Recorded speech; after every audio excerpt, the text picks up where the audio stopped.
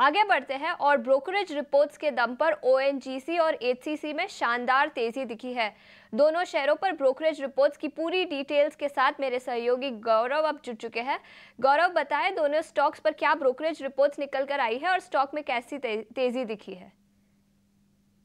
तो सबसे पहले शुरुआत करते हैं ओएनजीसी के साथ, क्योंकि जेफरीज ने अपना बाय रेटिंग रीइटरेट करते हुए टारगेट प्राइस जो है वो 390 रुपीज़ का दिया है। जैसे हमें पता है कि स्टॉक में हमें कहीं पे गिरावट देखने को मिली थी, बट जेफरीज का मानना यह है कि कहीं पे इन्वेस्टर्स के लिए एक अच्छी अपॉर्चुनिटी है स्टॉक में एंटर करने के लिए। उनका मानना यह है कि आगे जाके जो प्रॉफिटेबिलिटी है वो ऐसे ही एलिवेटेड लेवल्स पर रहने की काफ़ी ज़्यादा चांसेस है।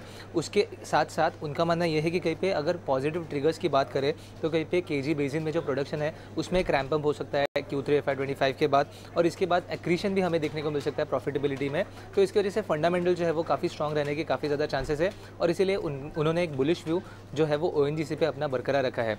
अगली बात करते हैं एचसीसी की, क्योंकि इलारा ने यहाँ पे इनिशिएट किया है बाय रेटिंग के साथ, और टारगेट प्राइस जो है वो दिया है 63 रुपीज़ का, जो कि एक काफ़ी अच्छा हेल्दी अपसाइड हमें दिखाता है, जो कि 50% से भी एक ज़्यादा अपसाइड दिखाता है। उनका मानना यह है कि कहीं पे आगे जाके एक डिकेड की स्टोरी हमने देखी थी कंपनी में, उसके बाद कहीं पे हमें एक रीस्ट्रक्चरिंग देखने को मिल रहा है। अगर हम बात करें डेट रीस्ट्रक्चरिंग की, उसके बाद जो नॉन कोर एसेट्स है उसकी मोनेटाइजेशन भी देखने को मिली थी कंपनी में, और इसके बाद एक अच्छा ग्रोथ जो है आगे जाके हमें इस कंपनी में देखने को मिल सकता है। उनका मानना यह है कि आगे जाके कंपनी के पास 10 डिकेड्स का एक्सपीरियंस है, और इसी के चलते हुए एक 1.5 ट्रिलियन रुपीज़ की जो अपॉर्चुनिटी है न्यूक्लियर में, उसमें काफ़ी कंपनी की ग्रोथ देखने को मिल सकती है। एक डेट रिडक्शन भी हमने कंपनी का देखा है। FY24 में जो डेट रिडक्शन है वो पीक लेवल से 71% से रिड्यूस हुआ है।